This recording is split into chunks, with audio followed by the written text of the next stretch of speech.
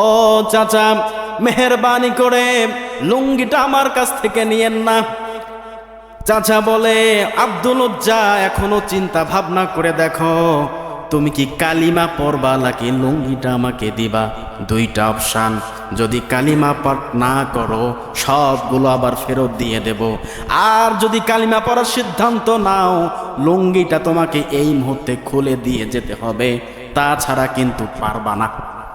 কত বড় পরীক্ষা আব্দুল উজ্জার সামনে। লুঙ্গিটা খুলে দিলেই কালিমা পড়তে পারবে। চিন্তা করে দেখেন, মাথায় আসে আপনার আমার যে কালিমা পাঠ করার জন্য নিজের লুঙ্গিটা এখন খুলে দিতে হচ্ছে, তার পরনের মধ্যে এক টুকরো সুতা নাই। আব্দুল উজ্জা চোখের পানি ছেড়ে দিয়ে আল্লাহর কাছে অভিযোগ দিচ্ছে, রব্বুল আলামিন, এ কেমন পরীক্ষায় ফেললে, এখন আমি কি করব? আব্দুল উজ্জা চিন্তায় পড়ে গেলেন। চোখের পানি ছেড়ে চাচাকে বললেন, চাচা, আপনার লুঙ্গির দরকার নাই, কিচ্ছু দরকার নাই। কালিমা পাঠ করার জন্য যদি নিজের জীবনটাও এখানে দিতে হয়, আমি আব্দুল উজ্জা এক বিন্দুও একটু চিন্তা করব না, এখনই দিয়ে দিব। ও চাচা, যদি কালিমা পাঠ করার জন্য লুঙ্গিটা আমার খুলে নেন, দুঃখ নাই, আমি চলে যাচ্ছি মদিনাওয়ালার কাছে। বলে আল্লাহু আকবার। আব্দুল উজ্জা লুঙ্গিটা খুলে দিয়ে নিজের দুই হাত দিয়ে লজ্জাস্থান চিপে ধরে আবৃত করে মায়ের কাছে চলে গেলেন। যুবক ছেলে, 18-20 বছরের বয়সের যুবক ছেলেকে এই অবস্থায় দেখে মা দু চোখ চেপে ধরেছে। আব্দুল উজ্জা, তোমার এই অবস্থা কেন?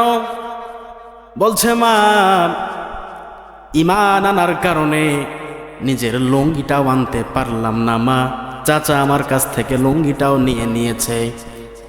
ও আব্দুল উজ্জা, এখন তুমি আমার কাছে কি চাও?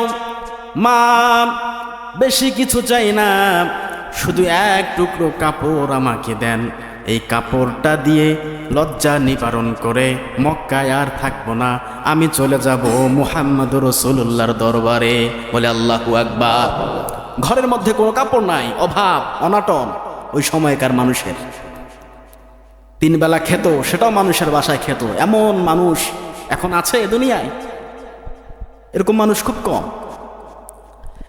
একটা ছেঁড়া কম্বলটা মা ঘর থেকে বের করে দিলেন।